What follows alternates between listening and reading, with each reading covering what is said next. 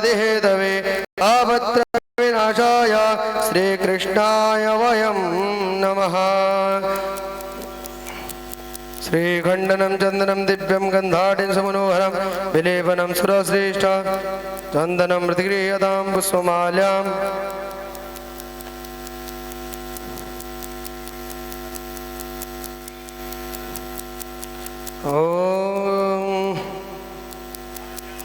सुगन्धिनी मालत्यादिनी वै प्रभोम्यार्तानि पूजार्थं पुष्पाणिं प्रतिगृह्यताम्।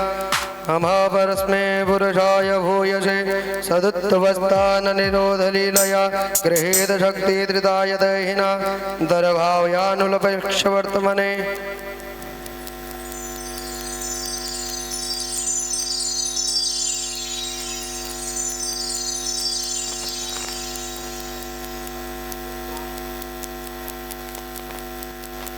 नारायणं नमस्कृत्य नरं चैव नरोत्तमं देवी सरस्वतीं व्यासं ततो जयमुदीरयेत्। ॐ व्यासाय विष्णुरूपाय व्यासरूपाय विष्णवे नमो वै ब्रह्मनिधये वसिष्ठाय नमो नमः।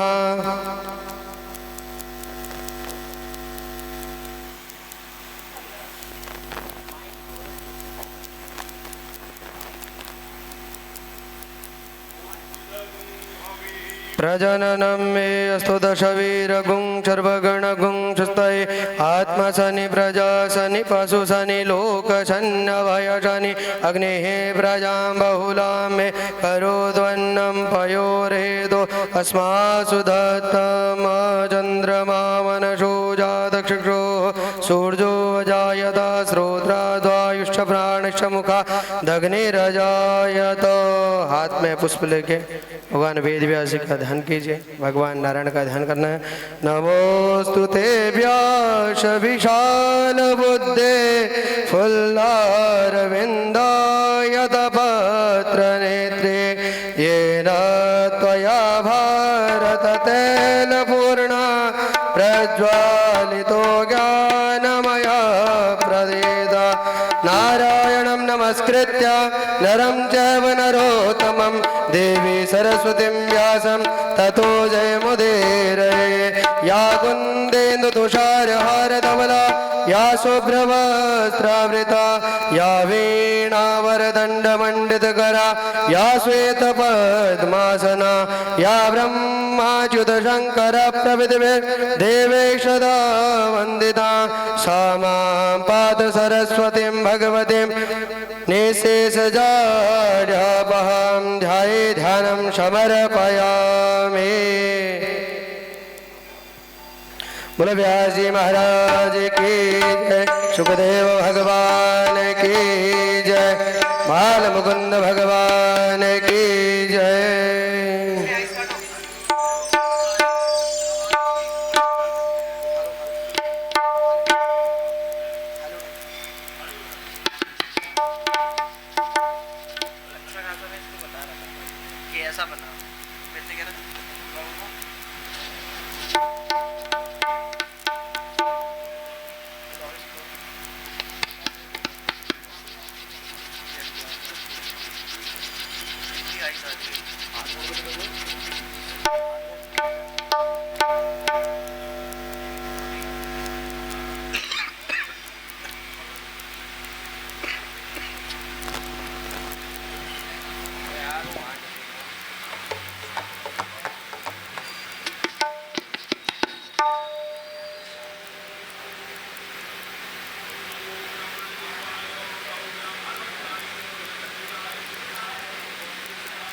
माइक में बोला है साउंड वाले भैया आ जाए।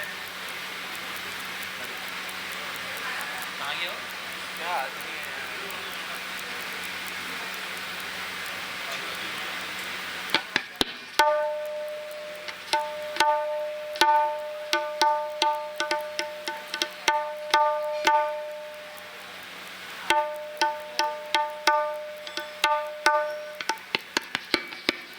इसके आइस काटो।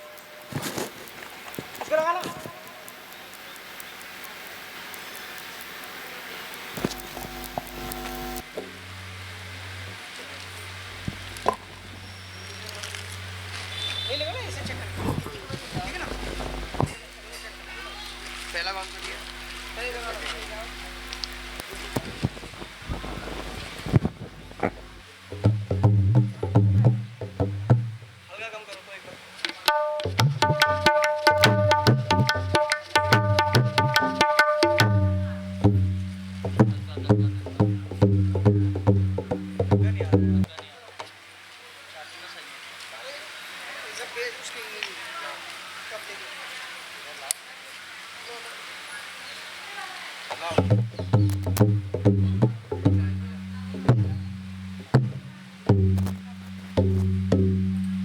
बेस डालो इसमें, थोड़ा इसको भारी बनाओ।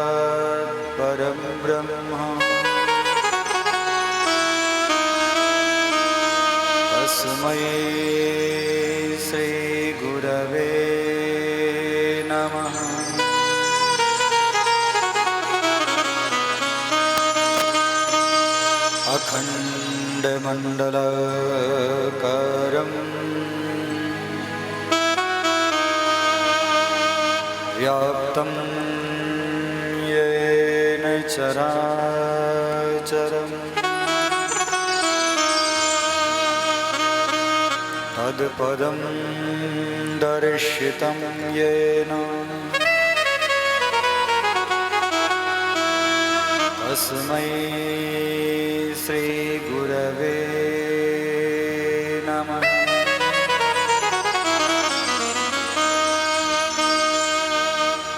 गजाननं भूतगणादिसेवितं कपित्थजम्बो फलचारुभक्षणम्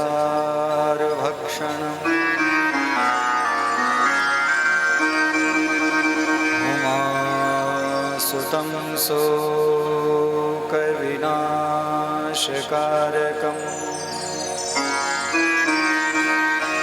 नमामि विघ्नेश्वरपादपङ्कजम्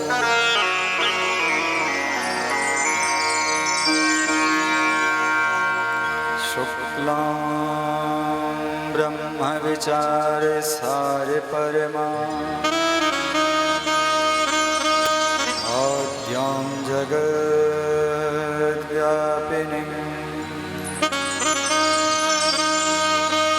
वीणापुस्तकधारिणीम् अभयदां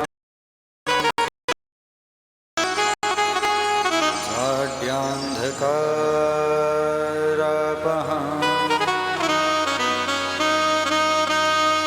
हस्ते स्फाटिकमालिकां विदधतीं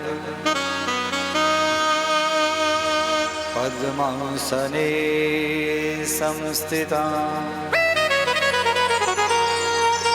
वन्दे तां परमेश्वरीं भगवतीं बुद्धिप्रदां शारदां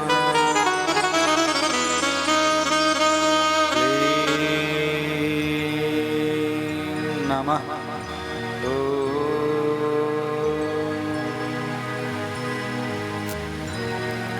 ध्येयं सदा परिभवग्नमभीष्टदोहम् तीर्थास्पदं शिवविरञ्चनुतं शरण्यम् भृत्यार्तिहं प्रणतपालभवाब्धपूतं वन्दे महापुरुषते चरणारविन्दम्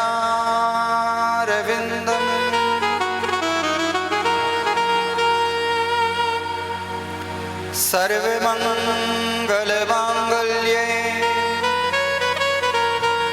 शिवे सर्वार्थसाधिके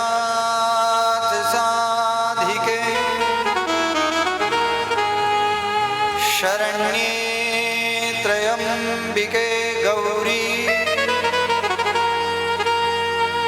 नारायणि नमोऽस्तुते।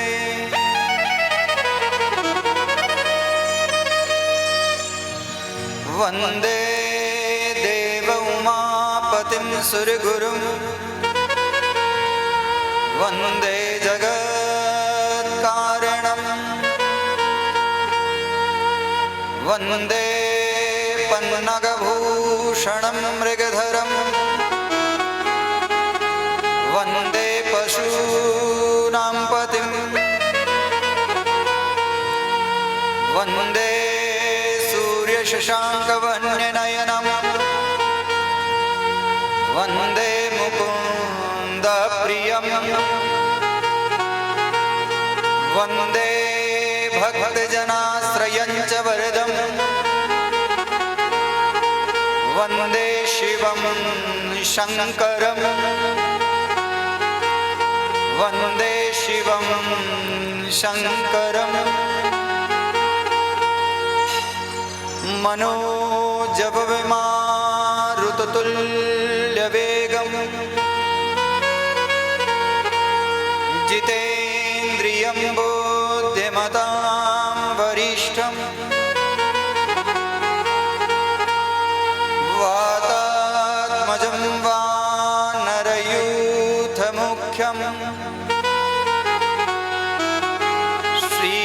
श्रीरामदूतं शरणं प्रपद्ये।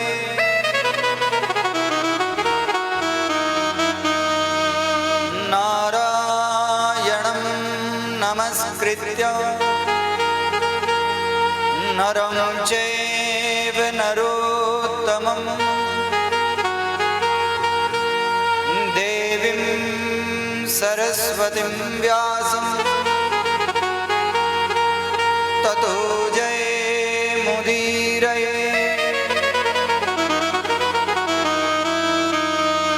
श्री राधा मेरी स्वामिनी मैं राधे को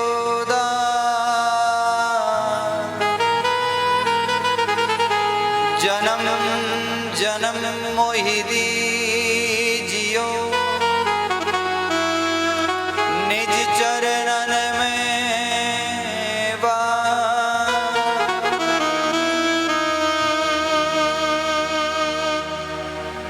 परम वंदनीय प्रातः स्मरणीय गुरुदेव माँ आह्लादिनी शक्ति जगज्जननी जगदम्बा पराम्बा परमेश्वरी राजराजेश्वरी त्रिपुर सुंदरी अखंड कोटि नायक ब्रह्मांड के नायक जगत के सृजनकर्ता पालनकर्ता संहर्ता पीताम्बरधारी बाल मुकुंद श्री गोविंद के चरणों में कोटि अभिवादन करते हुए सम्मुख उपस्थित मातृशक्ति भ्रातृवृंद स्वस्व क्षेत्रीय आचार्य आप सबके हृदय में विराजने वाले उस अखंड कोटि नायक चित्तचोर पर ब्रह्म परमेश्वर बाल मुकुंद को प्रणाम करते हुए हमारे जीवन में ये शुभ मंगलमय अवसर आज उपस्थित हुआ है। प्रभु से प्रार्थना करते हुए कि प्रभु हमारे जीवन में आपने हमें जो ये 8 दिवस पर्यंत चलने वाली अपनी ये अविरल गति से बहने वाली गंगा में हमें गोते लगाने का जो आप अवसर दे रहे हैं प्रभु, इस अवसर का हम लाभ उठा पाए, हमारा मन व्यथित ना हो, मन की गति आपके चरण शरण की ओर लगी रहे। प्रभु को प्रार्थना करते हुए आइए मंगलमयी कथा में हम प्रवेश करें, अपने मन को समझाएं, कुछ पल हरिनाम संकीर्तन। श्री राधे राधे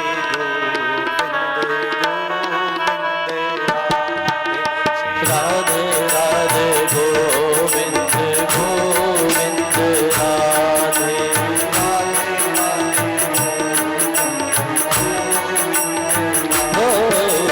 राधे राधे गोविंद गोविंद राधे विंद राधे राधे गोपाल राधे गोविंद राधे राधे गोपाल राधे राधे गोविंद गोविंद राधे राधे राधे गोविंद गोविंद राधे।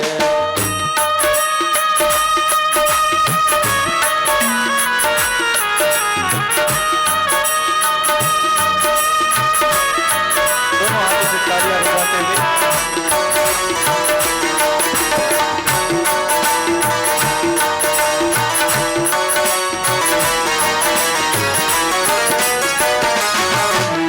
राधे राधे गोविंद गोविंद राधे जय राधे राधे गोविंद गोविंद राधे गोविंद राधे राधे गोपाल राधे गोविंद राधे राधे गोपाल राधे गोविंद राधे राधे गोपाल गोविंद राधे राधे गोपाल राधे राधे राधे गोविंद गोविंद राधे राधे राधे गोविंद गोविंद राधे गोविंद राधे गोपाल राधे गोविंद राधे गोपाल राधे राधे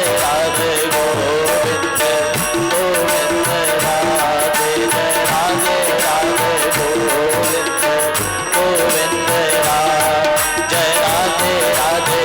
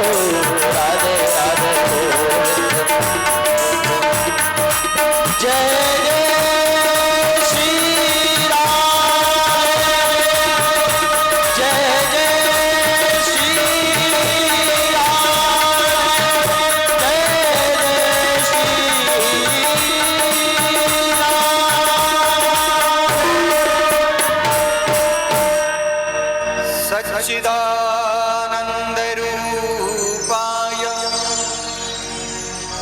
विश्वोत्पत्त्यादि हेतवे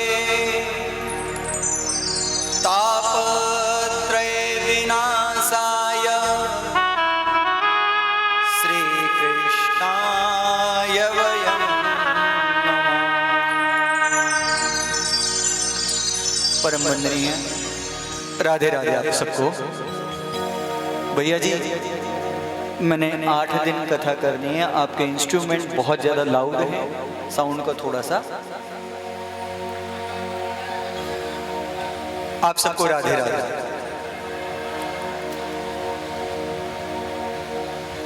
परम मंगलमय परमेश्वर परब्रह्म की कृपा जब होती है तभी हमारे जीवन में ये शुभ अवसर हमें प्राप्त हो पाता है। अच्छा, एक बात ध्यान रखिएगा, कथा में 2 चीजें विशेष करके परेशान करती हैं। 2 बहुत विशेष परेशान करती हैं 2 बातें। वो 2 चीजें हैं क्या? पहला, जैसी कथा में आपका ध्यान लगने लग जाता है तो ध्यान लगते ही जो भगवान की परम प्रिया है निद्रा देवी बहुत जल्दी आ जाती है। कथा में जैसे ही आपका मन लगा और उसी क्षण ये आपके भीतर प्रवेश कर जाएगी। और दूसरा, मनीरा, आपका मन। घर पर कहीं दूध तो फल नहीं रहा होगा, कहीं मैंने किवाड़ ढंग से बंद करे होंगे नहीं करे, कहीं बिल्ली दूध तो नहीं पी गई होगी।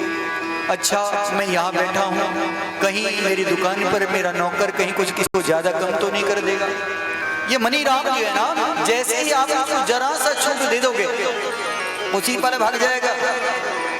ये 2 विशेष बातें ध्यान रखिएगा, एक निद्रा और दूसरा आपका मनी राम। अब इन दोनों को कथा में बुला के रखना है। जरा सा छूट दोगे ना तो ये घोड़ा दौड़ जाएगा, तांगा यहीं बैठा रह जाएगा। देखो, अक्सर जब जीवन में शुभ अवसर मिलता है तभी हमें कथा श्रवण करने का अवसर मिल पाता है। ये शुभ अवसर तभी मिल पाता है जब जीवन में हमारे अनेक जन्मों के पुण्य एकत्रित होते हैं, तभी अवसर मिलता है। बधाई की पात्र हैं आप महिला कीर्तन मंडली। आप अपने लिए, मैं आप सबको राधे राधे कह देता हूँ कि आपने ये शुभ अवसर अपने सबके जीवन में ये उपलब्ध है। उस माता रानी का, उस गोविंद का, उस ठाकुर का जो कीर्तन कर करके आप लोगों ने जो थोड़ा बहुत जोड़ा, उससे आप ये सुंदर यज्ञ करवा रहे हैं। आप बहुत बधाई के पात्र हैं, बहुत बहुत शुभकामनाएं आपको। और उसमें भी देखिए, ये जो यज्ञ होता है भागवती यज्ञ, ये विशेष करके पितरों के तारण के लिए होता है। भागवत कथा श्रवण करने मात्र से 7 पीढ़ी के पितरों का तारण हो जाता है। 7 पीढ़ी के पितर तर जाते हैं। और अगर जीवन में भागवत करवाने का अवसर मिलता है, अगर भागवत करवाने का अवसर मिलता है तो आपके 21 पीढ़ी के पितर चढ़ जाते हैं करवाने का जब अवसर मिलता है। और सुनने मात्र से 7 पीढ़ी के पितर तर जाते हैं। अभी 21 पीढ़ी है कैसे कि गुरुजी हमें तो तीसरी के बाद चौथी का ही नाम याद नहीं रहता। आप कह रहे हो कि 21 पीढ़ी कैसे? 7 पीढ़ी याद नहीं है तो 21 पीढ़ी कैसे होंगी? तो इस विषय में अगर देखा जाए तो 7 पीढ़ी आपकी अपनी, 7 पीढ़ी आपकी ननिहाल की और 7 पीढ़ी आपकी ससुराल की। कितनी हो गई? हाँ, ये सारी तर जाती है। और उसमें भी देखिए आपको कितना शुभ अवसर मिला है कि श्राद्ध पक्ष में जिस समय पितरों को 16 दिन के लिए ईश्वर परब्रह्म उस पितरों को जिस भी लोक में वो हैं उस लोक से सूर्य लोक के माध्यम से होते हुए धराधाम पर भेज देते। और धराधाम पर वो आते कहाँ सबसे पहले पहुंचते हैं वो बद्रिकाश्रम पर, बद्रीनाथ धाम पर, कि क्या कोई मेरे वंश का मेरा कोई अपना यहाँ आया है जो आकर के हमें पिंडदान दे देगा, कब्यदान कर देगा। उसके बाद सीधे पहुंचते हैं हरिक्षेत्र, हरिद्वार, और हरिद्वार से होते हुए गया, काशी, पुष्कर राज, इधर कुरुक्षेत्र, और यहां से होते हुए आते हैं आपके घर पर कि हमें कहीं कब्य प्राप्त हो पाएगा, हमें कहीं जल मिल पाएगा, हमें कोई तिल और जल दे देगा, बस इसी आस को लेकर के आते हैं। और अगर उसमें भी अगर इसी 16 दिन पर्यंत चलने वाला जो पितृयज्ञ है, 16 दिन का होता है ये। आश्विन के जो श्राद्ध हैं ये श्राद्ध पक्ष, यहाँ इसे कुआर का पक्ष भी कहते हैं, कुआर में कुआर के श्राद्ध भी कहते हैं। और इनमें पितृ आते हैं, और अपने पितरों को अगर आप जैसे ही कह देते हो कि आपने सोचा कि गुरुजी क्या हम भी अपने पितरों को बुला सकते हैं? हाँ बिल्कुल बुला सकते हो। घर से सुबह सुबह चलो कि पितरों पावेश्वर मंदिर में जाना है, और वहां हम आपके निमित्त कथा सुनने जा रहे हैं, और आप कथा को श्रवण करिए और उसके फलस्वरूप मुक्ति को प्राप्त कर लीजिए। कौन सी मुक्ति? जो गोविंद सहज ही प्रदान कर देते हैं, ऐसी मुक्ति। और ये ध्यान रखना कि कथा में आए, आकर के क्या होता है, आप तो यहाँ आते ही रहते होंगे इस मंदिर पर, हम लोगों के लिए नया मंदिर है। हम तो यहाँ ये समझ लीजिए कथा करने के लिए पहली बार ही यहाँ आए, और इससे पूर्व खजूरी में तो बहुत बार आए, किंतु इस मंदिर को देखा भी नहीं था, हाथी वाला मंदिर। और आज अवसर मिला, और मार्ग में आज तो आपने जो प्रभात फेरी कराई, उस प्रभात फेरी में तो ऐसा प्रतीत हुआ कि हम किसी मंदिर की नगरी में ही हैं। एक मंदिर से निकले, 100 कदम चले तो दूसरा मंदिर, 100 कदम चले फिर तीसरा मंदिर, 5-6 मंदिरों के आज आपने सुबह सुबह दर्शन करा दिए। ईश्वर की कृपा बनी रहे। सुंदर इस देवस्थल पर कथा आप करवा रहे हैं, ठाकुर जी की इच्छा है, ठाकुर जी के माध्यम से करवा रहे हैं, क्योंकि करवाने वाले आप और करने वाले हम होते ना तो 10 साल पहले कर देते हैं। ठाकुर जी की इच्छा अभी की थी तो इसीलिए अभी निर्णय हुआ, अन्यथा इस कथा ने तो अगर कहें आज ही से आरंभ होना था, और आपके पास में ही दयालपुर में PR वाटिका में आरंभ होना था इसका, बस सिर्फ अंतर रहा 2 दिन का कि आपका निमंत्रण पहले आ गया और वहां का निमंत्रण बाद में पहुंचा। ठाकुर जी ने रखा यहीं के लिए था, इसीलिए यहीं होनी थी। और इसमें भी श्राद्ध पक्ष में आप अपने पितरों के तारण के लिए कथा कर रहे हैं, तो आप सब मेरी मातृशक्ति जितनी भी हैं, आप जहां तक ये आवाज जा रही है और जो कथा सुन रही है, जो घर बैठे बैठे भी सुन रही है, उन सबको सादर साधुवाद, बहुत बहुत आशीर्वाद, प्रभु की कृपा हो। आप जिस उद्देश्य से इस यज्ञ कर रहे हैं, आपका यही उद्देश्य है, सफल सिद्ध हो। अच्छा, 2 मैंने बातें कही आपको, कौन कौन सी? एक तो मनीराम और एक निद्रा देव। इनको आपको दूर भगाना है। उसको दूर भगाने के लिए आपको करना क्या होगा जानते हैं ना? क्या कहना है आपको? राधे। हाँ, समय समय पर बोलते रहना। और देखो 8 दिन में इसको रटा के चला जाऊंगा कि आप उठते बैठते सोते जगते हर पल क्या कहोगे? राधे राधे। और इसी नाम से तरण तारण हो जाएगा। और जब आप सुबह उठते हुए और सांझ को शयन करते हुए जिस समय आपके मुख से ये नाम निकलना आरंभ हो जाएगा ना, तो हम समझ लेंगे कि हमारी कथा करनी सफल हो गई। तो क्या कहोगे? हाँ, बस ये निरंतर चलते रहना। और मैं भूल जाऊंगा तो आपको याद दिलाना है। क्या कहना है? बस यही नाम आपका अविरल गति से चलते रहना चाहिए। अब इस राधे का अर्थ भी बाद में बताऊंगा, ठीक है? बाद में बताऊंगा। पर अभी तो आपके मन में एक प्रश्न उठ रहा होगा, क्योंकि टिकटिकी देवी जो है ना बड़ी तेजी से दौड़ रही है। मन में ये हो रहा होगा कि गुरुजी ग्रहण भी है और अब रात को भूखे भी रहना है, तो गुरुजी जरा जल्दी छोड़ दोगे? क्योंकि सुबह आ गई है 7 बजे, जल्दी छोड़ दोगे? तो दिन भर की पूर्ति कर लेंगे इसको। आपको समय से छोड़ेंगे, आप चिंता मत करिएगा, समय से आप पहुंच जाओगे। अच्छा, मन में ये प्रश्न जरूर उठा होगा और कई लोगों ने आपसे कहा भी हो सकता है कि ग्रहण है, ग्रहण के दिन कथा कैसे हो रही है। और कई ने ये भी कहा होगा कि ये बताओ श्राद्धों में कोई भागवत करता है क्या? कईयों ने प्रश्न कर दिया होगा।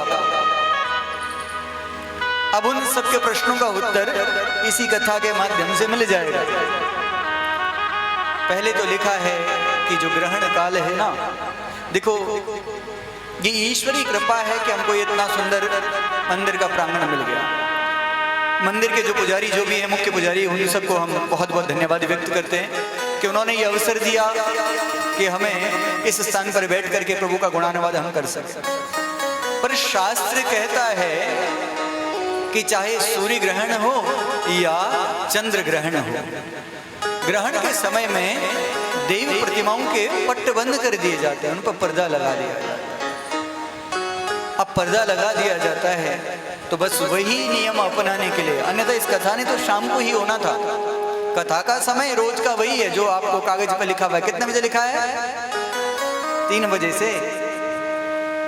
से 6 बजे तक। लाली जी क्या कह रही है? उसके मन में शंका आ रही है पीछे लाली की, गुरुजी हम तो सोच रहे 2 बजे से करेंगे करके। तुम 2 बजे आ जाइयो, हम 1:30 बजे बैठ जाएंगे। राधे राधे कहना पड़ेगा। अब जब ईश्वरी कृपा आप पर होगी तभी आपको ये जीवन में लब्ध अवसर मिल पाएगा। ग्रहण के समय में शास्त्र कहता है, ग्रहण जब होता है ग्रहण काल में जितना आप अधिक भगवान का भजन कर सकते हैं, ग्रहण के समय में जितना आप अपने इष्ट की आराधना कर सकते हैं, जप तप कर सकते हैं, उसका फल अक्षय होता है। अक्षय होता है। ग्रहण काल में किया हुआ दान और ग्रहण किया हुआ काल में किया हुआ जप अक्षय होता है। देखो, देवताओं का पूजन अर्चन वर्जित है क्योंकि प्रतिमाओं को पट्ट से आच्छादित कर दिया जाता है, किंतु आपके गुरु के द्वारा दिया हुआ आपको मंत्र, आपके इष्ट, आप जिसको मानते हैं उनका आप जो भी जाप करना चाहते हैं वो जाप, और आप अपना जिसे इष्ट मानते हैं उसके नाम का आराधन। और अगर किसी की जन्म राशि पर, जैसा कि हमने कल वीडियो के माध्यम से श्रीजा भक्ति मार्ग यूट्यूब चैनल पर वीडियो के माध्यम से बता दिया था कि किन किन राशियों पर इस ग्रहण का प्रभाव पड़ेगा और इस ग्रहण में क्या करना चाहिए क्या नहीं करना चाहिए, वो हम कल ही वीडियो के माध्यम से डाल चुके हैं। आप देख लीजिएगा उसको श्रीजा भक्ति मार्ग यूट्यूब चैनल पर। वहां पूरा विधान बताया किस राशि के लिए कितना खराब है। अब अगर ऐसा लगता है कि किसी की राशि पर खराब ग्रहण है तो आप उस ग्रह का जाप करो ना, अपनी उस राशि के मालिक का जाप कर लो। जैसे अगर किसी की राशि सिंह राशि है तो सिंह राशि वाला सूर्य भगवान का जाप आरंभ कर दे, उस समय ग्रहण काल में सूर्य नारायण का जाप कर ले। जो भी मंत्र आता है, सूर्याय नमः, भानुवे नमः, भास्कराय नमः, आदित्याय नमः, अर्काय नमः, रवे नमः, खगे नमः, पूषणे नमः, जिस मंत्र को आप जप सकते हैं, साधारण सा सूर्याय इसी को जप करो। जिसका मंगल खराब है, किसी को कहा कि वृश्चिक राशि है या मेष राशि है, उनको कहा कि तुम्हारी राशि पर अगर ये ग्रहण खराब है तो आप अपने उस ग्रह का जाप कर लो ना। ये समय निद्रा का नहीं होता है, ग्रहण के समय में सोना नहीं चाहिए। उस समय करना क्या है, उस समय आप जितना हो सके, जितना अधिक कर सके, उस समय आप अपने उस ग्रह को सुधारने का प्रयास करिए। आप उस समय प्रभु का नाम जपिए।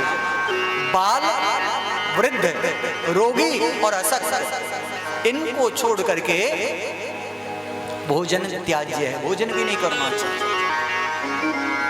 अब अगर किसी से रहा नहीं जाता तो उनके लिए तो कहा है कि कम से कम चंद्रमा की रश्मियां ना पड़ने पाए, उस भोजन में चंद्रमा की रोशनी ना पड़े, छाया ना पड़े। आप छुप करके, अगर रहा नहीं जा रहा तब वो भी ठाकुर जी को याद करके, अपने इष्ट को याद करके, प्रभु ये मान नहीं रहा है, इसको चाहिए, तो आप ठाकुर जी को याद करके तब कर लो।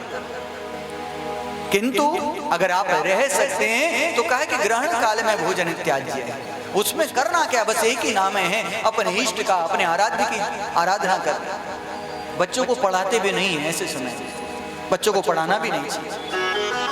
अगर बच्चा थोड़ा बहुत पढ़ना जानता है कि उसने विद्यालय जाना आरंभ कर दिया है, तो आप उसे आरंभ कराइए, उसे हनुमान चालीसा पढ़ाइए, सबसे सरल है। और आपको भी कुछ नहीं आता तो पढ़ना शुरू कर दो, उसमें उसी को आरंभ कर दो। पहला दोहा ही पढ़ लोगे ना तो बहुत कुछ है। श्री गुरु चरण सरोज रज निज मन मुकुर सुधार, बरनउँ रघुवर विमल जसु जो दायक फल जान, बुद्धिहीन तनु जानिके सुमिरो पवन कुमार, बल बुद्धि विद्या देहु मोहि हरहु कलेश विकार, सियावर राम जय जय राम, मेरे प्रभु राम जय जय। पढ़ दो ना, बस करना आपको है। करने के लिए गुरु जी नहीं आएंगे घर पर, करना आपको ही पड़ेगा। और आप ये भी सोचोगे कि घर पर रखा हुआ भोजन वो खराब हो जाएगा, क्या करना है? कहा कि तुलसी डाल दो, कुशा दर्भ डाल दो, कुशा डाल दोगे, दर्भ डाल दोगे तो भोजन भी पका हुआ, जो घृत में पका हुआ कभी खराब नहीं होता। अगर खराब हो जाएगा तो जिस अग्रवाल की दुकान से मिठाई लाओगे वो कहाँ रखेगा अपनी सारी मिठाई को? अच्छा राधे राधे बोलो तो, जोर से बोलो तो, और हल्के से बोलो तो, क्योंकि जब आप बोलोगे ना तभी मुझे भी राधे का स्मरण हो पाएगा। इसलिए ग्रहण की चिंता मत करना। और तुम्हारे लिए तो बहुत अच्छा अवसर है कि आप इस समय में कथा श्रवण कर पा रहे हैं। हाँ, अगर ये मंदिर के बाहर कहीं प्रांगण होता तो आपकी कथा का ये समय निश्चित में वही समय होता जो समय है, क्योंकि यहाँ मंदिर के पट्ट बंद होने हैं, इसलिए हमने कथा को आज ये प्रातः काल के सत्र में कर दिया और कल से अपने समय पर ही कथा होगी। उस समय आप आराम से बिल्कुल प्रभु का भजन करिएगा। बस 2 बातों का ध्यान रखिएगा जो हमने आपको बताई है। और आपके जीवन में ये शुभ अवसर जब आप आए तो अपने पुत्रों को बुला के लाएं कि चलो आप चलो हमारे साथ, और हम कथा कर रहे हैं, कुछ कथा को वहां श्रवण करो। इससे क्या होगा कि श्रवणान मुक्ति, श्रवण करने मात्र से मुक्ति हो जाएगी, भगवान की कृपा हो जाएगी। अब देखो पहले दिन की जो कथा होती है ना, पहले दिन की कथा के विषय में कहा है कि उस ग्रंथ के महात्म्य को बताते हैं, उस ग्रंथ के महात्म्य को बताते हैं। अच्छा देखो, ये पावेश्वर मंदिर है, यहाँ के लोग सब जानते हैं कि पावेश्वर मंदिर है, पर कुछ ऐसे भी होंगे जिस मंदिर के विषय में अधिक नहीं जानते। जब आप बताओगे कि वहाँ महादेव का बड़ा सा शिवलिंग है, माँ भगवती की सुंदर प्रतिमा है, और वहाँ जो भी अपने मन से बात कहता है तो उसकी इच्छा पूरी हो जाती है, और वहाँ जाकर के देवताओं का आराधन करने से देवताओं की कृपा बरसने लगती है, तो जो सुनने वाला होगा उसके मन में क्या होगा, यार मुझे भी जाना चाहिए, एक बार जा करके तो देख लो। अच्छा दूसरी तरफ तुम्हारी बीच की बात बताता हूँ कि अगर मैं कहूँ कि अभी अग्रवाल के यहाँ गरम गरम जलेबी बन रही है, अब बताओ आप में से आधे से ज्यादा का मन तो उस कढ़ाई में पहुंच गया अभी उसी क्षण, कहते ही कि जलेबी बन रही है उसी क्षण वहां पहुंच गया। कैसे? क्योंकि आपको पता है जलेबी कैसी होती है, गोल गोल होती है और रस से भरी होती है, पहुंच गया ना मन। ऐसे ही ये ग्रंथ जो है ये साधारण नहीं है, ये साक्षात श्री मेरे गोविंद का विग्रह है, मेरे गोविंद का विग्रह है, ये साक्षात वांगमय प्रतिमाएं हैं जिसको श्रवण करने मात्र से मुक्ति हो जाती है। अब मुक्ति होती कैसे? जैसे ही मैंने आपको जलेबी के विषय में कहा, आपका ध्यान उधर चला गया, ऐसे ही जब मैं आपको इस ग्रंथ के विषय में क्या क्या इसके भीतर है, गोविंद कैसे मिलते हैं, वो सब जब मैं बताऊंगा तब आप इस ग्रंथ में और आस्था रखोगे, आपका मन और भी होगा कि हम सुने ये कैसा है। जिसमें उस ग्रंथ की विशेषता बता दी गई है उसे कहते हैं महात्म्य, वो है महात्म्य जिसने ग्रंथ के विषय में बताया। तो प्रथम दिवस जो होता है कथा का महात्म्य ही कहा जाता है, कि जिसमें कथा के विषय में बताया कि अगर जब तक आपको, अच्छा छोटा बालक है ना आपका, छोटा बालक दीपक जलता है घर में, दीपक को चाहते हैं, आप दीपक को जलाते हैं। और बच्चे को जब तक पता नहीं होता है कि अग्नि का गुण क्या है, तब तक वो क्या करता है, वो ज्योत को पकड़ने का प्रयास करता है। और जैसे ही उसे पता लग जाता है एक बार अगर जल गया, तो आप उसे दूर से भी माचिस दिखाओगे ना तो वहीं दूर भागने लग जाएगा। क्यों? क्योंकि उसे अनुभव हो गया, उसे पता लग गया कि इससे कष्ट होता है, इससे चोट लगती है, वो वहीं से दूर भागने लग जाता है। बस ऐसा ही है कि आपको जब तक इसके बारे में पता नहीं है तब तक तो आप सोचोगे अरे 7 दिन कौन बैठेगा। कहते हैं कलश उठाना है तो रोज रोज जाके पूजा करनी पड़ेगी, कौन करेगा। मन में अनेक प्रश्न उठेंगे। और मेरी आधे से ज्यादा मातें हैं जो इसीलिए कलश नहीं उठाती हैं कि गुरुजी रोज रोज कौन जाएगा सुबह सुबह। और हमने सुनी है कि व्यासपीठ की परिक्रमा भी करनी पड़ती है। अरे मेरी माँ ये सोच ले 7 दिन का तेरे जीवन में ये सुंदर अवसर तेरे को मिल गया है, बाकी दिन तो तू अपने ये संसार की माया में भ्रमती रहती है। ये 7 दिन का अवसर मिला है, कम से कम इन 7 दिनों में जल्दी उठ कर करके जाएगी अपने कलश का किसी बहाने से जाकर के। तू अगर रोज मंदिर नहीं भी जाती है ना, तो अगर तू उस भागवत को प्रणाम करके भी आ जाती है तो समझ ले तेरे को मंदिर जाए का फल मिल जाता है। राधे राधे कहना पड़ेगा। अच्छा, आज से 2-2.5 वर्ष पहले ऐसे ही एक शिष्य हमारे, उनके गांव में हम पहुंच गए, अलीगढ़ गांव दहेली। बस ऐसे ही कहा कि गुरुजी कथा करनी है, गुरुजी कथा करनी है, और चल दिए वहां। और वहां जाकर के उन्होंने अपनी तरफ से पूरी व्यवस्थाएं, सुंदर व्यवस्था करी हुई थी। जब वहां सुंदर व्यवस्थाएं देखी, बाहर खेत था, आज तो गांवों से प्लॉट था, उसमें सुंदर टेंट लगाया और कथा की व्यवस्था हो गई। अब हमने सोची शायद यहाँ भी सब बाकी जगह की तरह सब लोग होंगे। रात को 9-10 बजे भोजन हुआ। भोजन के बाद ऐसे ही थोड़ी देर वार्तालाप हुई, क्योंकि वहां के लोग प्रश्न करने पहुंच जाते थे। उनके प्रश्नों को, जिज्ञासा को शांत किया। अब सोचा कि 12-1 बजे आप थोड़ी देर थोड़ा सा निद्रा ले लें। 12-1 बजे करीब सोए थे तो गांव के जितने लोग थे 3 बजे ही उन्होंने साउंड चला दिया। हम डर गए कि भाई कोई चोर आ गया या क्या हो गया, ये 3 बजे ही सब बजा दिया, क्या कारण है। देखा तो वहां जितने गांव वाले थे वो सब के सब वहां जोड़े से पति पत्नी वहां परिक्रमा देने के लिए आए हैं। कितनी कि रोज की हमको 108 परिक्रमा करनी है। गुरुजी के उठने से पहले पहले हम परिक्रमा कर लेंगे। वो शुद्ध भाव कि गुरुजी हमें बाकी समय अवसर मिलता नहीं है, ये अवसर है, गांव में हमारे भगवान स्वयं आए तो क्यों ना हम भागवत जी की परिक्रमा कर लें।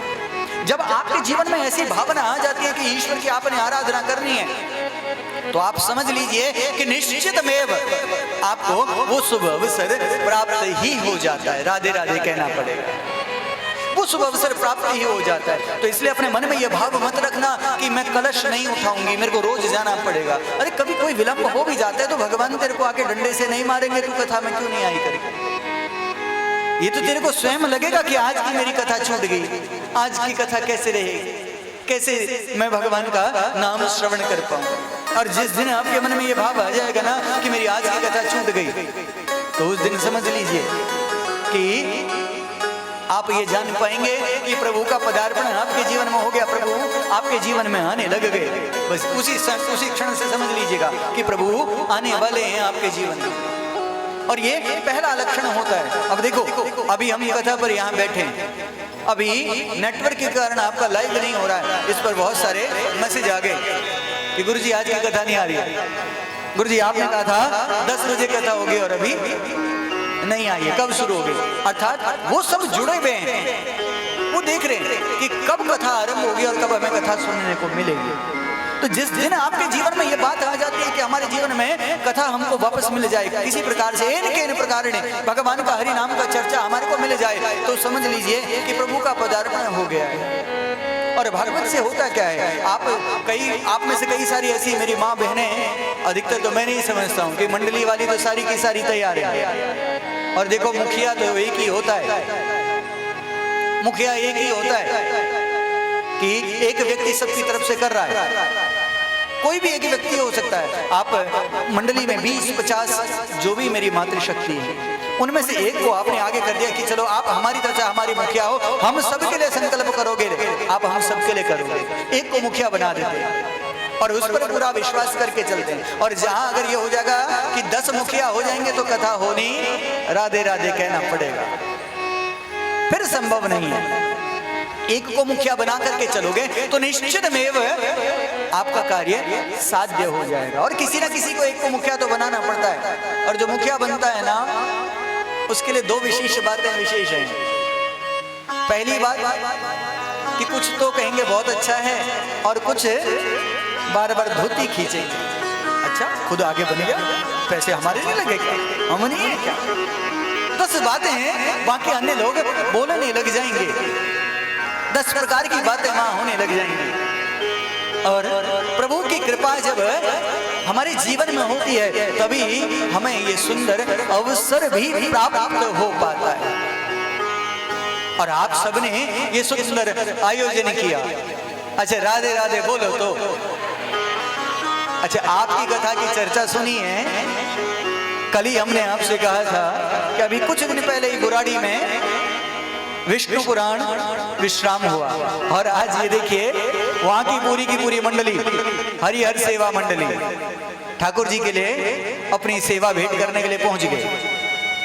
ये है लगाव कि कथा से कि किसी प्रकार से हमको कथा सुनने को मिल जाए, किसी प्रकार से हमारे जीवन में प्रभु का पदार्पण हो जाए। तो वही कथा है कि जिस दिन आप समझ लेंगे कि हाँ नहीं गुरुजी हमें तो बस कथा चाहिए, हमें बाकी कुछ नहीं चाहिए, हम कथा श्रवण करना चाहते हैं। जिस दिन आपके मन में ये भाव आ जाएगा उसी दिन समझ लीजिए कि प्रभु की कृपा आपके जीवन पर हो गई। राधे राधे बोलो, हल्के से बोलो और हल्के से बोलो। हाँ अब आप कहेंगे कि आप में से कि गुरुजी कुछ ऐसी भी होंगी, अरे ये काम करते हैं ना, ये 2 लाख 3 लाख रुपए इकट्ठा हो गया, आधा आधा बांट लेते हैं, सब बांट लेते हैं, इनको इकट्ठा कर लेंगे, थोड़ा थोड़ा बांट लेंगे। और कुछ कहेंगे अरे सुन मंडली तो हमारी है, एक काम करते हैं सबके लिए एक एक साड़ी ले आते हैं। कुछ कहेंगे अच्छा सबके लिए एक एक जोड़ी कनफुल बना लेते हैं। मन में अनेक विचार आएंगे और उसमें से कई ऐसे भी होंगे जो कहेंगे नहीं हमने भगवान के नाम का कराया तो भगवान के नाम पर ही करेंगे। क्योंकि जिस दिन आपके मुखिया हमारे यहाँ आए थे, दोनों पति पत्नी आए, क्योंकि हम इनके गांव में उस समय देवी भागवत कथा करके आए, और यहाँ जैसे ही दिल्ली पहुंचे तो 2 दिन बाद इनका फोन आ गया कि हमें किसी प्रकार से समय दीजिए, मिलना है। और मिलने के लिए पहुंचे और आते एक ही बात कही कि गुरुजी भागवत करनी है। कितना लगेगा? सबसे पहले ये कहा कि कितना लगेगा। हमने कही कि आपने कथा करनी है या ये देखना है? कहा नहीं गुरुजी कथा करनी है। हमने कहा फिर इसको भूल जाओ, आप अपना मन का भाव तो बना के रखो ना, क्योंकि मेरे अंदर वो ताकत नहीं है कि मैं भागवत को बेच दूं आपको, मैं नहीं बेच सकता। आप अपनी श्रद्धा से देखो, हमारे तो जीवन का प्रणय है, हमारे जीवन का प्रणय है, सन 2006 से प्रण किया हुआ है कि भागवत कोई कहीं भी किसी भी स्थान पर कराता है, हमारी तरफ से वो निःशुल्क है, हम उसके लिए किसी से किसी प्रकार का कोई शुल्क नहीं देते। पर अगर नहीं लेते तो जजमान को लगता है क्या गुरुजी ये कथा तो आपकी हो गई, हमारे को क्या मिला? क्योंकि बिना यज्ञ की दक्षिणा के यज्ञ पूरा होता ही नहीं है। तो हमने कहा कि तेरी जो श्रद्धा होगी कभी ये सुनने को नहीं मिलेगा कि गुरुजी ये कह रहे हैं कि हमको कम दे दिया। ये जरूर सुनने को मिल सकता है कि बहुत अधिक मिल गया, पर कम की बात कभी सुनने को नहीं मिलेगी। वो सबके लिए है। आप में से जितने भी हैं, कोई कहता है कि मेरे गांव मेरे घर के अंदर करनी है तो भी वो निःशुल्क है। भागवत जी 18 पुराणों में से भागवत जी पूरे उम्र जब तक ये श्वास है तब तक वो निःशुल्क है। अच्छा गुरुजी निःशुल्क है, हाँ बाकी ये वाले नहीं है। राधे राधे कहना पड़ेगा, ये वाले भी नहीं है, हाँ निःशुल्क। ये तो सशुल्क हैं। क्योंकि ये तो कह देंगे कि गुरुजी आपको यहाँ से नहीं, आपको तो दूसरी कथा से मिल जाएगा, हमारा क्या होगा, राधे राधे कहना पड़ेगा। तो इसलिए भागवत जी निःशुल्क है, उस तरफ से आप बेफिक्र होकर के, आप कभी ये शंका मत रखिएगा कि हमें गुरुजी को कितना देना पड़ेगा, कैसे देना पड़ेगा, अपने मन में ये शंका ही मत रखिएगा। और आप में से कई ये कहेंगे कि इस भागवत को करने से मिलेगा क्या? अरे टीवी पर सुन लेंगे ना, और जगह मिलती है सुनने को, वहां सुन लेंगे, क्या मिलेगा हमको इससे? अच्छा, ये क्या मिलने से हम मंदिर पर बैठे हैं कि वृतांत याद आ गया मुझे, राधे राधे बोले एक बार, क्योंकि आज महात्मा की ही कथा है और ये टिकटिकी जो है रुक ही नहीं रही है। बहुत देर से कह रहा हूं रुक जा, फिर भी दौड़े जा रही है। महात्मा के विषय में ही बताता हूं आपको। एक ऐसे ही हरिद्वार के पास मंदिर था। मंदिर के पास 3 भिक्षुक बैठते थे, जिन्होंने अपने जीवन में कोई भी कभी अच्छा कर्म नहीं किया, कभी कोई अच्छा कर्म नहीं किया। जिसने 1 रुपया दिया, हाँ, एक देके चला गया, ले जा अपना। जिसने जो दिया उसको अपमानित ही करते। पर तीनों में एक विशेष गुण था। गुण क्या था? एक आंख से सूरदास था, आंखें नहीं थी। दूसरे के यहां उससे जो थोड़ी सी दूर जाके बैठता है, उसके श्रवण रंध्र नहीं थे, कान नहीं थे। और जो तीसरा वाला था, उसकी पादुकाएं नहीं थी, पैर नहीं थे। और देखो तीनों विलक्षण हैं। ये आंख फूटती किसकी है? आंख फूटती है अहंकारी की, जो हमेशा दूसरे की चीजों को लेने की सोचता है, दूसरे की वस्तु पर हमेशा दृष्टि डालता है, उसकी नेत्र ज्योति चली जाती है। और जो हर पल किसी ना किसी की किसी बात को सुन करके दूसरी जगह जाकर के कहने का प्रयास करता है, तो उसके श्रवण रंध्र जल्दी चले जाते हैं, कान चले जाते हैं, श्रवण रंध्र चले जाते हैं। और जो ईश्वर के द्वार पर जाकर के भी अपराध करता है, उसके पादुकाएं चली जाती है। इन तीनों ने पूर्व जन्म में कोई भी अच्छा कर्म नहीं किया है, तीनों डाकू हैं। पूर्व जन्म में तीनों डाकू हैं और आज भिक्षुक बन करके बैठे हैं। और भिक्षुक बन करके बैठे हैं, कोई कुछ दे के जाता है तो उसको भला बुरा कह देते हैं। अब लोगों ने क्या किया, देखो 1 दिन 2 दिन आपको कोई भला बुरा कहेगा तो आप उसके बाद क्या करोगे? उसको देना ही बंद कर दोगे, उसको देना ही बंद कर देते कि यार इसको कुछ दो, तो ये कुछ मानता ही नहीं है, इससे बढ़िया इसे देना ही नहीं। और ऐसी स्थिति आ गई कि इनको भोजन के भी लाले पड़ गए। एक बार मां भगवती पराम्बा गंगा का रौद्र रूप आरंभ हुआ। उस रौद्र रूप में वहां बाढ़ आ गई। जब बाढ़ आई तो बाढ़ में लगभग जितना था सब कुछ बहने लग गया। अब बहने लग गया, लोगों को अपने जीवन की स्थिति संभालने की हो गई कि कैसे बचे। जैसे अभी बहुत विकट स्थिति है हमारे पंजाब देश के साथ, भारत का जो पंजाब प्रांत है उसके साथ बहुत विकट परिस्थिति है इस समय। वहां बाढ़ ने बहुत नुकसान कर डाला है। ये तो हमारा कुछ सौभाग्य है कि हम इस स्थान पर सुरक्षित है, नहीं तो आज देखिए ना, हमारे पाप कर्म इतने बढ़ गए कि हमारे सारे तीर्थ स्थान हमारे लिए बंद हो गए। देखो बद्रीनाथ रास्ता बंद, केदारनाथ रास्ता बंद, रुद्रनाथ रास्ता बंद, वैष्णो देवी रास्ता बंद।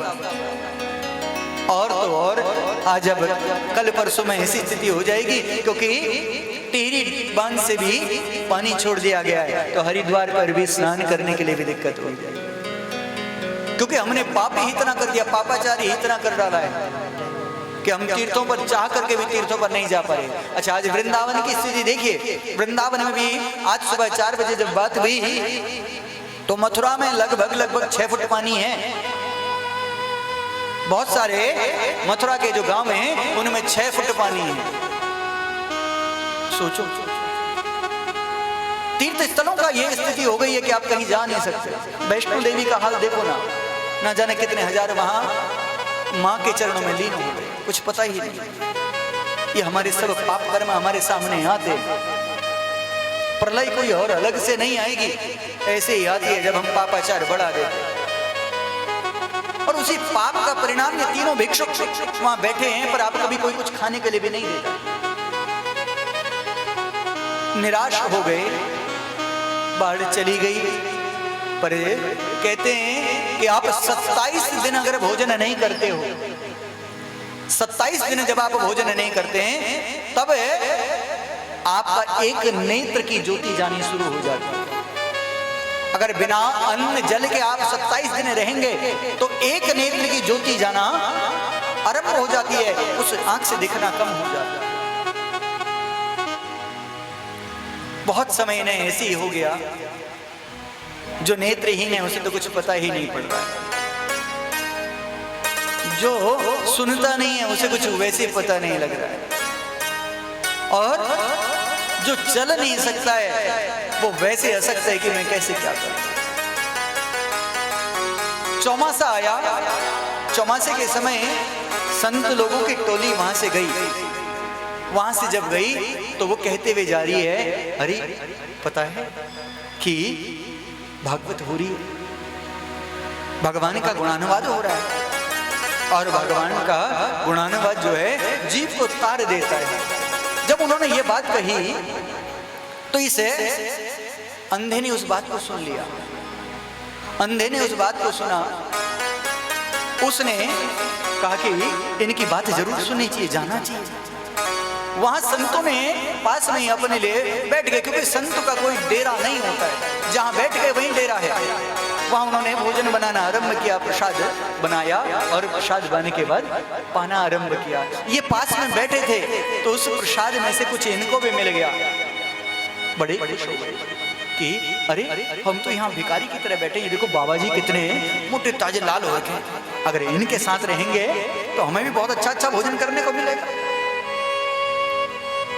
उनमें संतों ने कहा कि देखो चौमासा है, अब इस चौमासे में हमने चातुर्मास में भगवान का नाम भजन कीर्तन ही करना है, एक समय भोजन किया करेंगे और उस बाकी भगवान का भजन करेंगे। वहां उन्होंने प्रहलाद का उदाहरण दिया कि भगवान भक्त वत्सल है, अपने भक्त को तारने के लिए भगवान आ गए। जैसे ही प्रहलाद का उदाहरण दिया कि भगवान की कृपा से भक्त तर गए, तो ये जो आंखों से नेत्रहीन जो था, इसके मन में ये बात आ गई। कहने लगा, अच्छा भगवान इतना बड़ा भक्त वत्सल है कि अपने भक्त का तरण तारण कर देता है। मन में इच्छा जागृत हुई। कहने लगा, जो सुन नहीं सकता उसे इशारे में कहता, भैया सुन, मैं तुझे कुछ बताना चाहता हूं। अब वो सुने कहां से? उसे इशारे करके कहता है कि ऐसे ऐसे प्रभु का भजन करेंगे और उसे ना जाने किस जन्म का पाप हम यहाँ भोग रहे हैं, इससे हमारा जीवन सफल हो जाएगा। उन्होंने कहा ठीक है, पर जाएंगे कहाँ? कहा जहां ये संत जाकर के भगवान के नाम का चर्चा करेंगे हम वहीं जाएंगे, हम उसी स्थान पर जाएंगे। मन में ये बात जागृत हो गई कि हम उस स्थान पर जाएंगे और भगवान का नाम जपेंगे। संतों की टोली वहां से चली दी रात को ही, और इनको पता नहीं लगा, क्योंकि संत का नियम होता है वो कभी किसी के जीवन में किसी प्रकार का कोई व्यवधान नहीं करता। आपको उसके जागने का पता नहीं लगेगा, आपको उसके शयन का पता नहीं लगेगा। किस समय वो जागा, किस समय शयन कर गया, ये पता नहीं लगता है। संत जब चले दिए, वहां से चले गए, उसी क्षण जैसे इनमें से एक की निद्रा खुली, दूसरे को उठाया, भैया ये तो सब चले गए। कहा गए? कहां? जो पैर से हीन है वो कहता, भैया देखो इधर को उनके पग चिन्ह दिख रहे। कहा जाएंगे कैसे, हमें भी चलना था। लंगड़ा कहता है, देखो भैया तेरे पास आंख नहीं है, तो एक काम कर, मुझे अपने कंधे पर बिठा ले, मैं तेरी आंख बन जाऊंगा, मैं तेरी आंख बन जाऊंगा, मैं तुझे रास्ता बताऊंगा, तू चल। जो सुनता नहीं है वो कहने लगा जा कहां रहे हो, कहां जा रहे हो, इसको अपने कंधे पे क्यों उठाया, अब उसे समझाए कैसे। जब वो जाने को हुए कहने लगा रुको रुको, एक काम करो तुम मेरे कंधे पर आ जाओ। उन्होंने कहा तुझे, हम तेरे कंधे पर आएंगे, तुझे बताएंगे कैसे कैसे कहां जाना है आगे। कहता फिर मुझे रख लो, मुझे रख लो। अंधे ने इस बहरे को अपने कंधे पर रखा और बहरे ने जो पैर नहीं है जिसके, उसको अपने कंधे पर रखा और चल दिए संतों की तरफ इशारे से जाने लगे। पर रात में एक ही बात याद आई थी कि जब संत जगते थे, जब संत सोते थे, उस समय एक ही नाम कहते थे, क्या? राम राम राम। इन तीनों ने अब वही शब्द बोलना आरंभ कर दिया कि हमें अब किसी प्रकार से, अब तक हमने जो जैसा किया सब हो गया, पर अब किसी तरह से हमें भगवान की कथा सुनने को मिल जाए, भगवान का नाम सुनने को मिल जाए, हमारे जीवन में भगवान का नाम हमारे भीतर प्रवेश कर जाए, ऐसा कोई अवसर हमारे लिए आ जाए, हमें चलना बस। चलते गए और चलते चलते जब रात हो गई, रात हुई, पहाड़ पर चढ़ दिए और पहाड़ पर जैसे ही पहुंचे तो आगे क्या दिखा, संतों के भोजन की पत्तल वहां मिल गई। रुक गए, इस पत्तल में से कुछ हमको मिल जाएगा, ये जूठन जो है ना इसमें से कुछ मिल जाएगा। उन्होंने कहा संत का ही प्रसाद है। और सुना है कि नारद जी भी पूर्व जन्म में संतों की शीत प्रसादी खाने के बाद ही नारद बन पाए। कहा ये संतों की शीत प्रसादी मिल जाएगी, पालो। जैसे ही उस प्रसाद को पाया और पाकर के आगे चलने को हुए, भयंकर तूफान आ गया। और उस तूफान आने पर क्या हुआ कि ये तीनों के तीनों गिर पड़े और गिरे कहां, पहाड़ी से, और इन तीनों का प्राणांत हो, शरीर छूटा। अब देखो तीनों का शरीर छूटा, जीवन में कोई भी अच्छा कर्म नहीं किया था, किंतु जिस समय इनका शरीर छूटा है उस समय एक ही लौ लगी थी कि हमें कथा सुननी है, भगवान के नाम को सुनना है। और उसका फल क्या हुआ, जीवन पर्यंत कोई अच्छा काम तो नहीं किया कि जो देता था उस देने वाले को भी अपशब्द कहे। आना तो यमराज के यमदूतों ने थे इन्हें लेने के लिए, पर आए कौन? देवदूत। और देवदूत आकर के ने सीधे जब वैकुंठ को ले जाने लगे, यमदूतों ने कहा कि आप इन्हें कहां ले जा रहे? इन्होंने कोई अच्छा कर्म नहीं किया, पूर्व जन्म में दुष्कर्म किए, जिसके कारण एक अंधा बना, एक कानों से सुन नहीं सकता और एक पैरों से चल नहीं सकता, और अब भी कोई अच्छा कर्म नहीं किया। तो देवदूत कहने लगे कि अच्छा कर्म जीवन पर्यंत तो नहीं किया, किंतु जिस समय मरने वाले थे उस समय एक ही लौ लगी थी कि हमें भगवान का नाम सुनना है, हमें भगवान की कथा सुननी है। उसी लौ को लेकर करके इन्होंने संतों का प्रसाद पाया और राम नाम जपा है। इस राम नाम जपने के कारण हम इन्हें सीधे वैकुंठ की ओर ले जाएंगे, क्योंकि इनके मन में एक ही भाव था कि हमें भागवत सुननी, हमें कथा सुननी है, और उसी भाव का फल यही है कि इन्हें हम वैकुंठ में लेके जा रहे हैं। ऐसे ही आज हम सब भी यहाँ एकत्रित हैं और इसी भाव को लेकर के एकत्रित हैं कि हमारा जीवन भी तर जाए, हमारे जीवन में भी भगवान की कृपा हम सब पर हो जाए। इसी भाव को लेकर के हम यहाँ पर हैं। महात्मा के विषय में ही आज की प्रथम दिवस की जो कथा है उसमें आज हम, क्योंकि पहले जो 6 अध्याय है वो महात्मा है। ये कथा हुई कहाँ आरंभ का? जब सृष्टि में कुछ नहीं था, जल ही जल था, उस समय भगवान आदि नारायण थे। आदि नारायण ने एक श्लोक में भागवत की रचना करी। भागवत कहते किसे हैं? पहले तो भागवत शब्द का अर्थ समझिए। भगवता प्रोक्तम इति भागवतम, कि जो भगवान ने स्वयं कही है, भगवान के मुख से निकली है, वही भागवत। और भगवान के मुख से निकली हुई वस्तु यानी स्वयं भगवान ही हैं। भगवान ने सबसे पहले, चतुर नारायण ने सबसे पहले 4 श्लोकों में, एक श्लोक के 4 श्लोक करे और सबसे पहले दी ब्रह्मा जी को। ब्रह्मा जी ने उसको श्रवण किया और ब्रह्मा जी ने जब श्रवण किया तो ब्रह्मा जी ने इस कथा को अपने पुत्र सनकादिकों को प्रदान किया। सनकादिकों से ये नारद जी के पास पहुंची यही 4 श्लोक, और यही 4 श्लोक खिन्न मनसा जो भगवान वेद व्यास जी थे, जब संसार की माया को देख करके दुखी हो रहे थे, उस समय यही 4 श्लोक नारद जी ने भगवान वेद व्यास जी को दिए। और इस 4 श्लोकों को 18,000 श्लोकों में व्यास जी ने परिवर्तित किया, और परिवर्तित कर करके परम भागवत अपने पुत्र सुखदेव जी को इसे, सुखदेव जी ने इसे श्रवण किया, और सुखदेव जी ने इसे चक्रवर्ती सम्राट महाराज परीक्षित पांडु वंशज उनको प्रदान किया। और वहीं से ये सप्ताह की विधि आरंभ हुई 7 दिन में। क्यों? क्योंकि राजा परीक्षित को 7 दिन में मरने का शाप मिला था। संत का अपमान किया, उसके फलस्वरूप 7 दिन में मरने का शाप मिला था। अब जिसको 7 दिन में मरने का शाप हो, उसकी मुक्ति कैसे हो?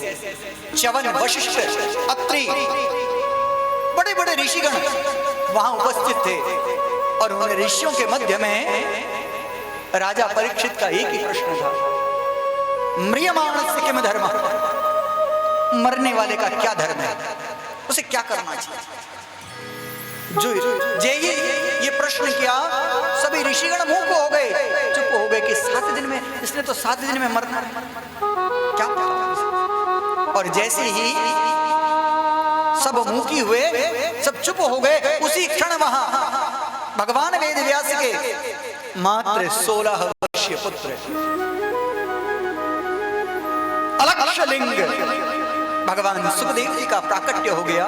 सुखदेव जी आए और आकर के राजा परीक्षित को 7 दिन में ही मुक्ति का मार्ग बता दिया। और फलस्वरूप क्या रहा कि जिस तक्षक के दंश ने राजा परीक्षित का शरीर शांत करना था, उसके आने से पूर्व ही भगवान के चरणों में अपने शरीर को लीन कर करके राजा परीक्षित उस वैकुंठ धाम को, उस गोलोक धाम को प्रस्थान कर गए। अब आप देखिएगा भागवत जी में, संपूर्ण भागवत में एक बार भी राधा शब्द नहीं आता, राधा शब्द नहीं आता। और हम आपको क्या कह रहे हैं, क्या बोलना है आपने, क्या बोलना है? हल्के से बोलना है और जोर से बोलना है। तो हम आपको कह रहे हैं कि आपने राधे राधे बोलना है, पर सुखदेव जी ने एक बार भी नहीं बोला। जानते हैं क्यों? क्योंकि ये प्रश्न आया था हमारे पास, ये उत्तराखंड से प्रश्न है।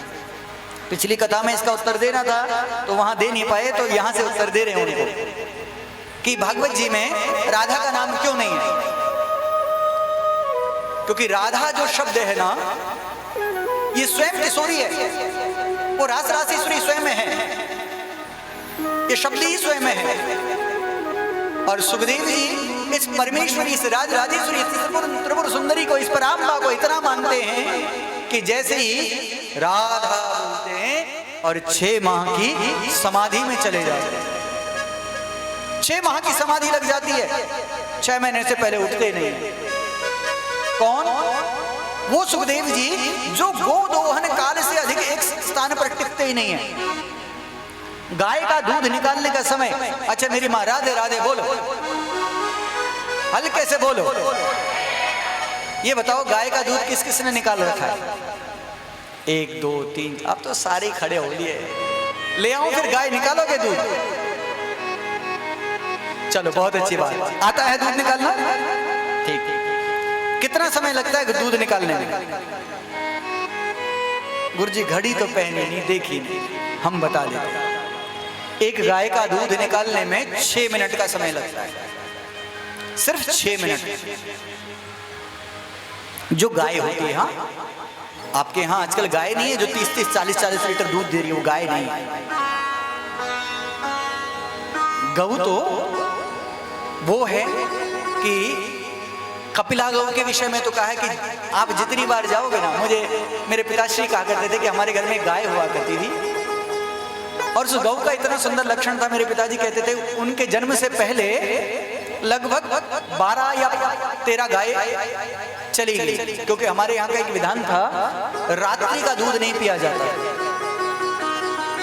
और मेरे पिताजी घर के ज्येष्ठ पुत्र थे, तो कहा नहीं, पर दादाजी ने हमारे के हमारे पोते के लिए दूध होना चाहिए, पिलाओ। तो दूसरे दिन गाय चली गई, 12 या 13 गाय लेके आए और गाय चली गई।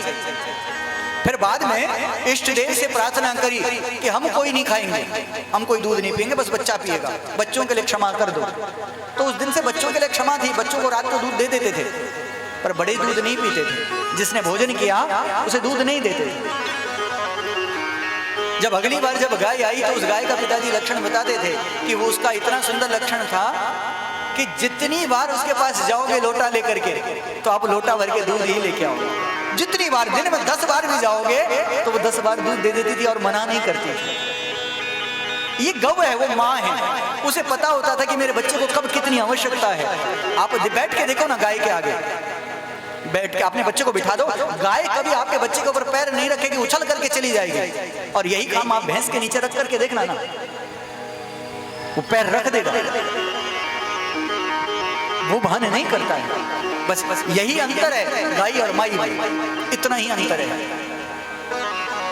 गोदोहन काल से अधिक सुखदेव जी कहीं टिकते नहीं, 6 मिनट से अधिक कहीं टिकते नहीं। पर जैसे ही अगर राधा कह दिया तो राधा कहते ही 6 माह के लिए समाधि लग जाती थी।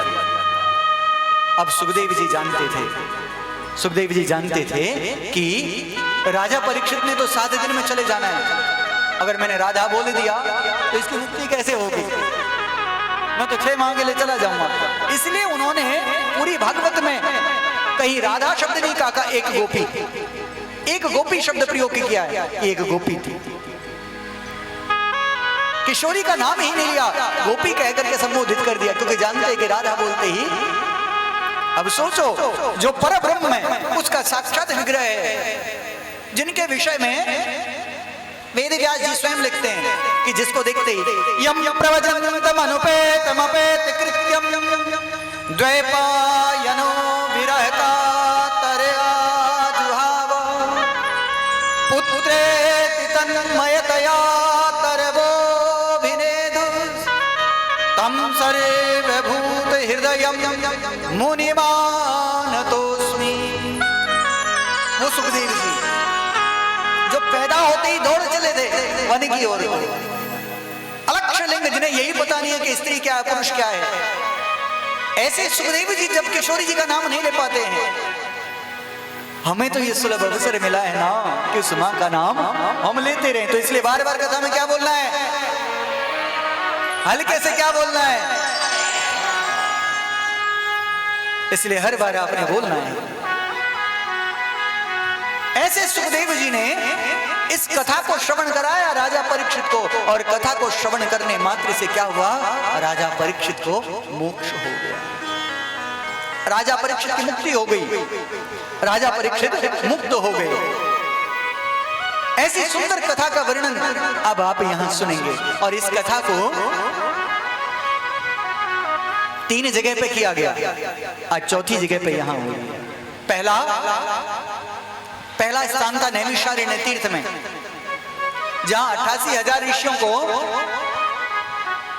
सूत जी कथा श्रवण कराया। देखो, सूत जी की उम्र मात्र 20 वर्ष है।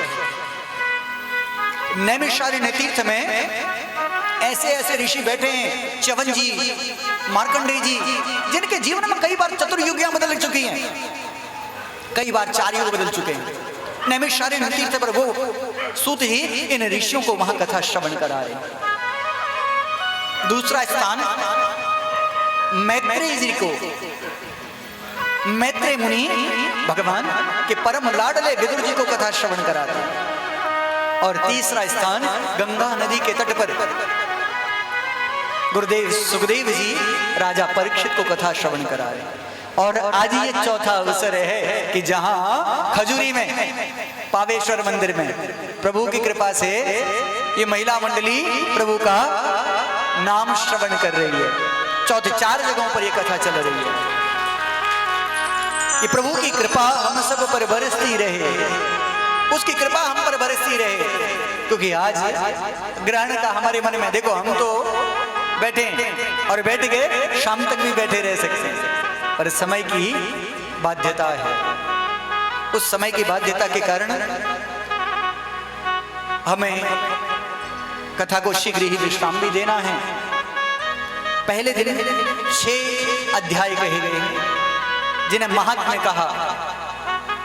6 अध्यायों में भागवत जी के महात्म्य को बताया गया है, और महात्म्य जो आरंभ है भागवत जी का, जो महात्म्य लिया गया है, ये लिया गया है पद्म पुराण से। आदि महात्म्य पद्म पुराण से लिया है, और इस भागवत का क्या फल है, कैसे भागवत से हमारा जीवन का तरण तारण हो सकता है, वो सारा वर्णन इस महात्म्य में किया है। आइए पहले श्लोक के साथ ही आज हम इस महात्म्य का आरंभ करें, और इसी के साथ कथा को विश्राम भी हम आज यहीं दे देंगे। सच्चिदानंद रूपाय विश्वोत्पत्त्यादि हेतवे तापत्रय विनाशाय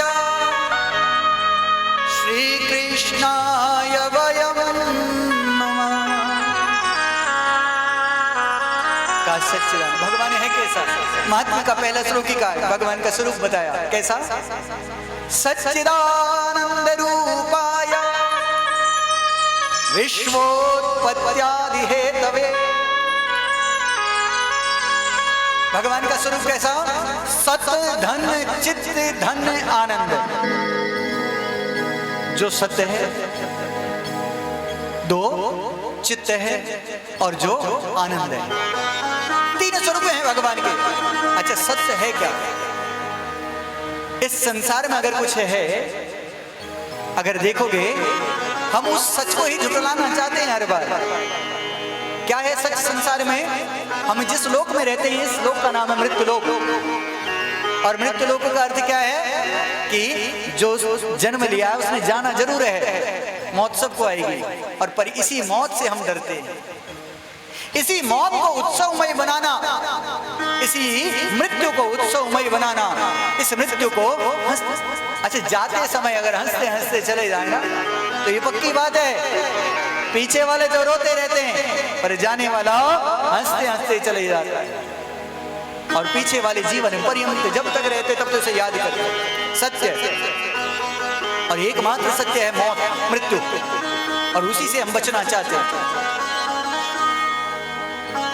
जीव के लिए एक संत ने कहा, निज चाहे कल्याण तो याद रखियो दौबा, एक नारायण दूजा मौत को नहीं है और तेरे साथ। बस 2 ही चीजें हैं जीवन में, कि एक नारायण और एक मृत्यु। जीवन को अगर उत्सव में बनाना तो यही याद रखना है कि कभी भी आ जाएगी। ये कभी ये नहीं पूछेगी तूने भोजन कर लिया, तूने सहन कर लिया, तेरे बच्चों की शादी हो गई, तू बूढ़ा हो गया, तू जवान हो गया, कभी नहीं पूछेगी। हर पल हर क्षण लेकर के चल देती है, कुछ पता नहीं है।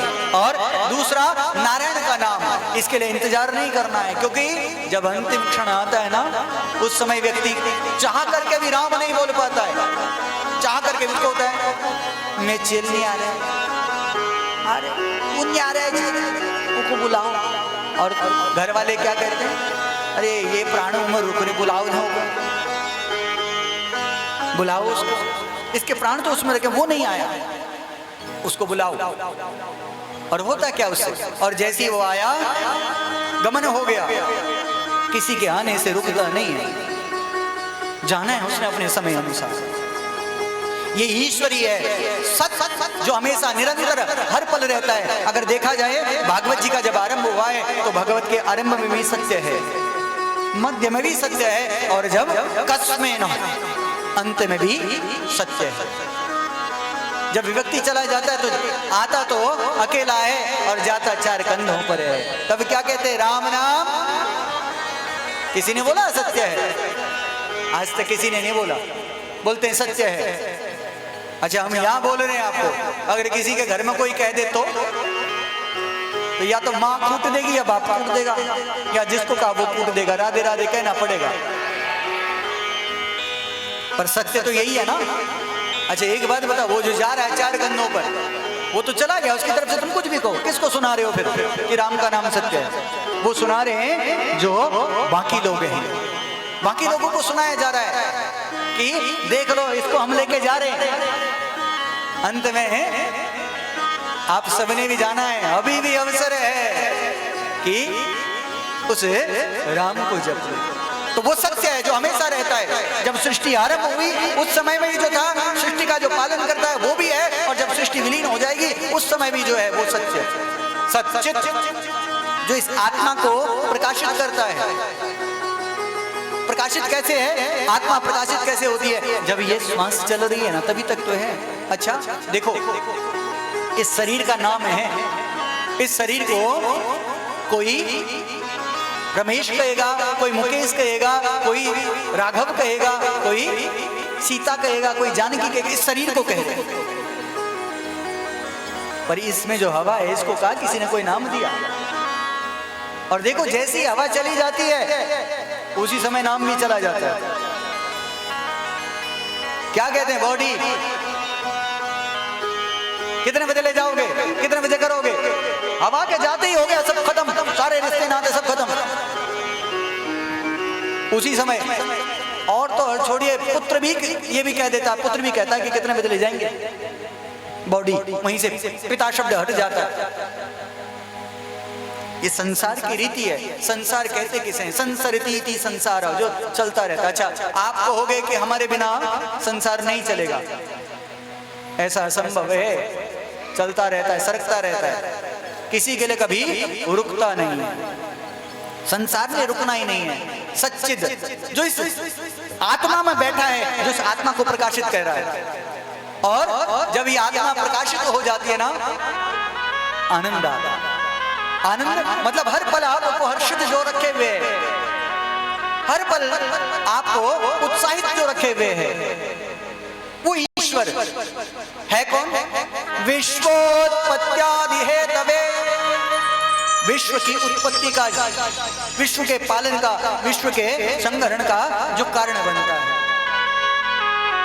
तापत्रय विनाशाय। अच्छा उसका काम क्या है? जब हम उसका नाम लेते हैं तो उसका काम क्या है? तापत्रय विनाशाय। 3 प्रकार के ताप हैं जो हम पूर्व जन्म में करके आए हैं। गठड़ी लेके आए हैं, बैंक में जाकर के जमा करके आते हो ना, फिर बैंक वाले एक ऐसी दे देते हैं कि इस पर तुम साइन करके दे दोगे, हम दे देंगे, जितना लिखोगे उतना दे देंगे। तो ऐसे ही हम लेके आए गठड़ी, यहाँ टंगी हुई है, पैदा होती ही आ गई हमारे साथ में। और उसमें हम जितना अच्छा और बुरा रख करके लाए उसी को हमने यहाँ व्यय करना है, वो पूर्व जन्म का। और कहीं हमने देवताओं का कोई अपराध कर दिया दैविक, और कहीं भौतिक अपराध कर दिया।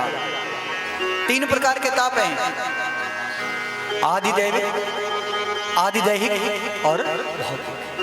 ये 3 प्रकार के जो ताप हैं, इन तापों को जो नष्ट कर देता है, नाम सुनने मात्र से, नाम बोलने मात्र से, जो इन 3 प्रकार के पापों को नष्ट कर देता है, ऐसा भगवान है वो।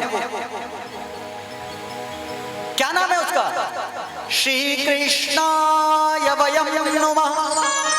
वो श्री कृष्ण है, ऐसे भगवान को हम नमस्कार करते हैं। अब कृष्ण कहते किसे? अब कृष्ण कहते आपके मन में आ जाएगा कि जन्माष्टमी पे बुलाया था जिसे मक्खन खाता है जो, है ना। अगर कृष्ण शब्द का अर्थ ही देखते हो तो कृष्ण शब्द के लिए कहा कर्षयति येन केन प्रकारेण यह सा कृष्ण, जो येन के किसी भी प्रकार से आपके मन को अपनी तरफ खींच ले। बिहारी जी चले गए, अरे कितने सुंदर लग रहे हैं, एक बार देखा, अब फिर एक बार और देखने को मिल जाए ना। अच्छा कितनी सुंदर, अच्छा भगवती की मूर्ति कितनी सुंदर है, अच्छा बार बार देखने को मन होता है, जो आपके मन को अपनी ओर खींच ले। ऐसा वो भगवान है। आज उस ईश्वर को प्रणाम करते हुए, क्योंकि वो घट घट में वास करता है, और खास तौर से अगर कहें ये जो शरीर है ना, इस शरीर में वही वास करता है। इस शरीर में उस ईश्वर को प्रणाम करते हुए कि हे ईश्वर, हे परमेश्वर, आपकी कृपा हम पर बन जाए, हम पर आपकी कृपा का ये आशीष हमको मिल जाए, और इस आशीष के फल स्वरूप भगवान हम आपके गुणानुवाद को कर सके, आपके गुणानुवाद को श्रवण कर सके। ऐसी कृपा आप हम पर कर दीजिए। प्रभु को अपने इस निकुंज में विराजने के लिए कहें। अच्छा, शरीर किसका है बताओ? कोई ऐसा है जो ये कहता है शरीर का मालिक मैं हूं? है कोई आप में से? अगर शरीर के आप मालिक हैं तो एक बात बताओ, मेरी माँ ने चश्मा लगाया हुआ है, इसकी आंख कमजोर क्यों हो गई? अगर शरीर के मालिक तो थी तो इसको बिल्कुल साफ होना चाहिए और तेज होनी चाहिए। कान कम हो जाते हैं, क्यों कम हो जाते हैं? अगर शरीर के मालिक कम हो तो इनको कम क्यों होने दिया? हम शरीर के मालिक नहीं है। मालिक कौन है? वो परमेश्वर, वो पर ब्रह्म है, वो ईश्वर, वो नीली छतरी वाला, जिसकी छतरी नीली। अच्छा, राधे राधे बोलो तो। सुबह जब आए ना तो ठाकुर जी से एक ही बात बोल के आए कि ठाकुर जी जा रहे हैं और 7 बजे से मातृशक्ति वहां बैठी है, बारिश नहीं होनी चाहिए। 12 बजे के बाद जितना बरसाना बरसा दो, 12 बजे तक नहीं होनी चाहिए। क्यों? क्योंकि इनका सारा उत्साह रुक जाएगा। और ठाकुर जी ने देखो सामने उदाहरण दे दिया आपको। और अब आपका मन कर रहा होगा गर्मी बहुत हो रही है, थोड़ी सी बारिश हो जानी चाहिए, और जरा सा बरसा सो फिर इंद्र को कोसने लग जाते कि इतना क्यों बरसा। मानव को चैन कहीं नहीं है, चैन एक ही जगह मिलता है जब उसे प्रभु का भजन करते हैं, उस जगह भजन में ही चैन मिलता है। आइए उस प्रभु से ये प्रार्थना कराएं कि प्रभु आप आकर के हमारे घर में इस घट में आकर के विराजमान हो जाइए। और इसी के साथ आज की कथा को हम यहीं विश्राम देंगे। निकुंज में विराजे घनश्याम राधे राधे, निकुंज में विराजे घनश्याम राधे राधे, निकुंज में विराजे घनश्याम राधे राधे, निकुंज में विराजे घनश्याम राधे राधे, घनश्याम राधे राधे, घनश्याम राधे राधे, घनश्याम राधे राधे, घनश्याम राधे राधे, घनश्याम राधे राधे, घनश्याम राधे राधे, राधे निकुंज में विराजे घनश्याम राधे राधे, निकुंज में विराजे